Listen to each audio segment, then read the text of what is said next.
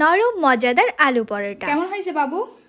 Wow, এক কথা অসাধারণ, একদম রেস্টুরেন্টের মতো। তো শুনেই তো নিলেন আমার জামাইয়ের রিভিউ, আবার এটা মনে করিয়েন না আমার জামাই রিভিউ দিয়েছে বলে এটা আমি ওকে শিখিয়ে দিয়েছি। প্রথমে আমি একটা বাটিতে একটা পেঁয়াজ, 3-4টা কাঁচামরিচ এবং অল্প ধনেপাতা কুচি করে নিয়েছি। দেন অন্য একটা বাটিতে আমি 1.5 কাপ আটা এবং 1.5 কাপের মতো পানি দিয়ে দিয়েছি। এর উপর আমি সিদ্ধ করা আলু দিয়ে দিয়েছি। এখানে আমি 4টা মাঝারি সাইজের আলু ইউজ করেছি। পরিমাণ মতো লবণ এবং একটা নুডলসের মশলা অ্যাড করে দিয়েছি। বাটিতে থাকা ধনেপাতা, মরিচ আর পেঁয়াজ কুচিগুলো একসাথে মিক্স করে আমি একটা পাতলা ব্যাটার করে নিয়েছি। এরপর একটা প্যানে অল্প একটু তেল ব্রাশ করে আমি পরোটাগুলোকে ভেজে নিচ্ছি। একদম হালকা আছে একটু উল্টে ভেজে নিলেই কিন্তু পরোটাগুলো সুন্দর রেডি হয়ে যাবে।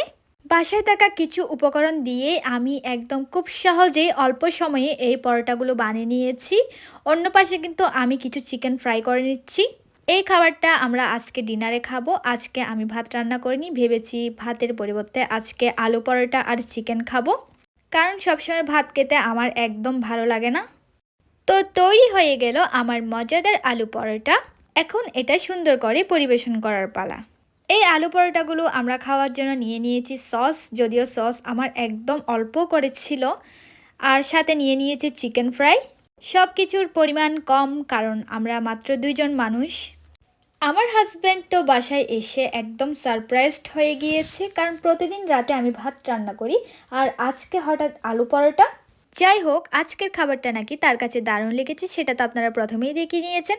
আর আজকে আমার এই ভিডিওটা ভালো লাগলে একটু লাইক, কমেন্ট অ্যান্ড শেয়ার করে দিবেন। টাটা।